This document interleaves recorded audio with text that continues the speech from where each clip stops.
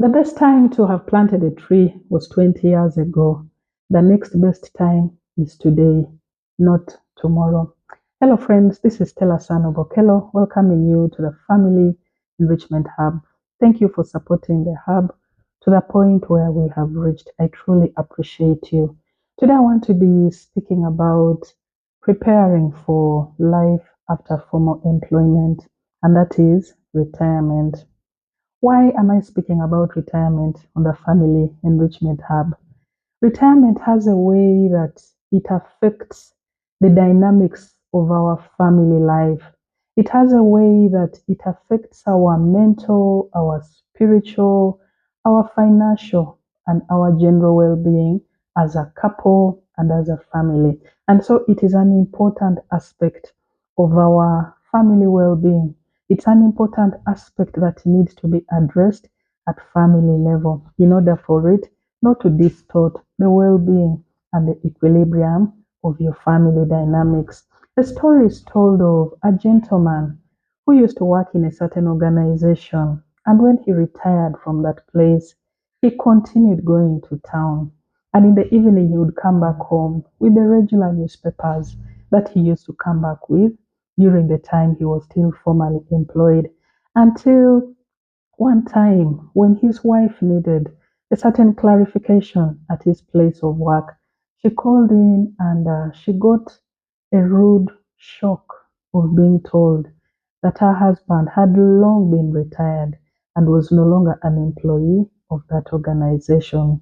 I've also had the privilege to listen in to different talk shows on the radios, on the televisions, where you listen to retirees, people who were once formally employed, really venting out a lot of anger against their employers. They still believe they need to be given an opportunity, they need to be given a chance to continue working in these organizations for their survival. And you read the feeling of unpreparedness. People enter a time of retirement when they are mentally, physically, and psychologically not prepared for it. I've also had the opportunity, actually, for many of us, to listen to the NSSF captions and billboards. We see them a lot painting a really bleak future for the employees who do not prepare for time after active work life. And it is very, very unsightly to see elderly men and women carrying placards talking about they are looking for a job. They want to be given an opportunity to earn so that they can be able to survive. That's not a dignified, that's not an honorable way for you to retire, having been in the workforce for decades. And so I believe this topic is important for all of us, and more so for those who are within the salaried category, because I notice these are the biggest victims. These are the major people who are usually hit by the issues of retirement. And so this topic is going to be focusing majorly on that category of people. I want to liken retirement to the aging process. We are all aging on a daily basis. We are all aging on a yearly basis. Every year, everybody is adding a number to their age. And so, of necessity, the retirement process can be equated to that. Whether you like it, whether you welcome it, whether you appreciate it or you do not, retirement is a fact of life. It is going to come. I also want to relate it to an uncomfortable topic of death. Death is a fact of life. Everybody is going to die at a certain point in time.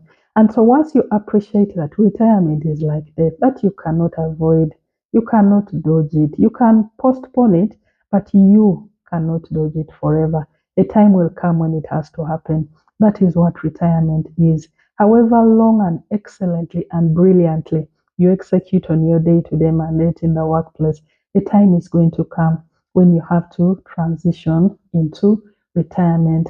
I want to equate retirement to a school process where a child begins their school journey, and on a daily basis they are going to school. they are writing examinations, they are attaining certificates and transcripts, and eventually they are using these certificates to be able to attain jobs and apply the skills that they've attained through their school journey. That is what retirement is all about.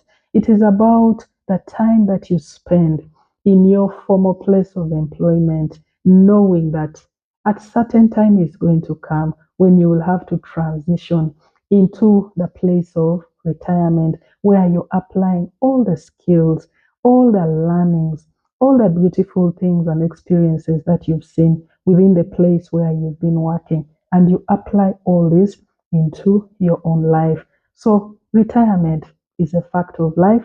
We need to face it, just as I've explained it in the school process. I also want to equate it to somebody who writes a will and secures the peace and the order within their family when they are long gone. Writing a will enables you to avoid the squabbles, the fightings that can arise within family members as they struggle for the estate of the deceased. So, by writing a will, you put to rest all these issues. That is what retirement is all about. Anticipating that that time is of necessity coming, and then you prepare for it, you plan for it, and you transition into it peacefully. I also want to equate retirement to a pregnancy. When you conceive a child, this child of necessity has to come out dead or alive. This child will have to be born, whether prematurely or full term.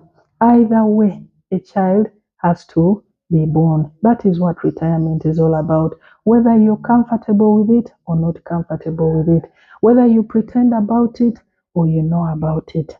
Either way, whatever you do, retirement is a fact of life. It is coming on you. And so the earlier you prepare for it, the better you'll transition into that season. I also want to equate retirement to the change process. Change is a fact of life.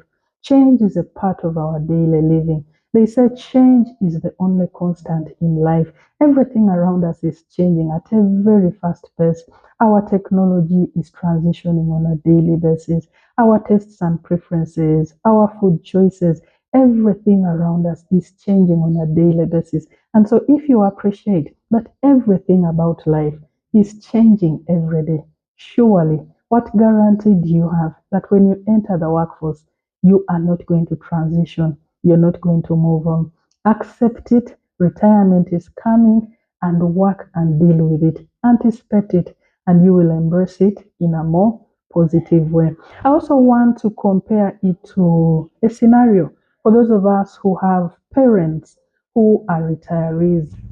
The fact that our parents at one point entered the active workforce and they worked and entered the time of retirement, and we are seeing them living their lives. Friends, the same holds true for us. We also entered the workforce when the time came, and a time of necessity has to come where we have to transition into retirement. The Bible teaches us in the book of Ecclesiastes, chapter 3, from verse 1 to 8, that there is a time for everything under the sun, a time to be born and a time to die, a time to plant and a time to harvest. So, of necessity, a time to enter the workforce and a time to leave the workforce. Prepare for retirement because it's an inevitable part of life. It is coming, and so be ready for it.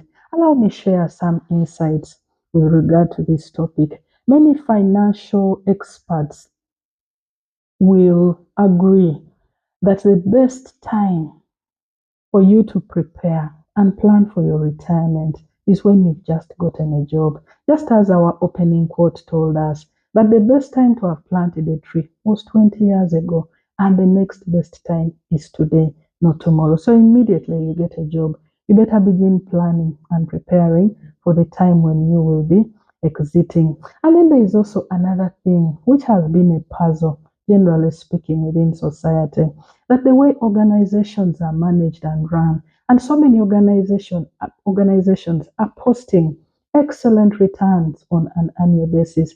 They are posting growth in their profitability.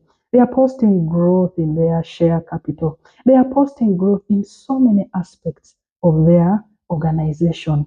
When it comes to our personal lives, the lives of the people who are contributing to the growth of these organizations, many times there is actually a wonder what happens. You enable the organization to grow year in and year out. But when it comes to your personal life, it is totally upside down. The equation is not balancing. What exactly happens? And there is general agreement that organizations are able to post that success because they've put in place systems, they put in place procedures, they put in place policies that guide them and help them in their day-to-day execution so that they are able to post those excellent results every year. But when it comes to many individuals, very, very few people actually have working systems in their lives. Very few people have systems that guide their finances, that guide their cash flows, that guides their expenditure, that guides their savings, if any, that guides their investments, if any. Very few people have these systems in place. And so, where there are no systems of necessity, you'll expect that life will be a total gamble. Allow me to also help us appreciate that the book of Proverbs, chapter 29, tells us that where there is no vision, the people perish. When you do not have a vision for retirement as a family, trust me, you are going to have a very difficult time transitioning into retirement. When you don't have a vision, that means you have failed to plan for your family retirement. And when you fail to plan for your family's retirement, that means you have made a decision to actually fail. And so, at the end of the day, you will not have anybody to blame but yourselves because you have had enough time. You've had decades of active work time for you to prepare for the transition into retirement. Thank you, friends, for listening in. Kindly share this message widely, for I believe this is how we shall transform our society through the family. God bless you. Bye.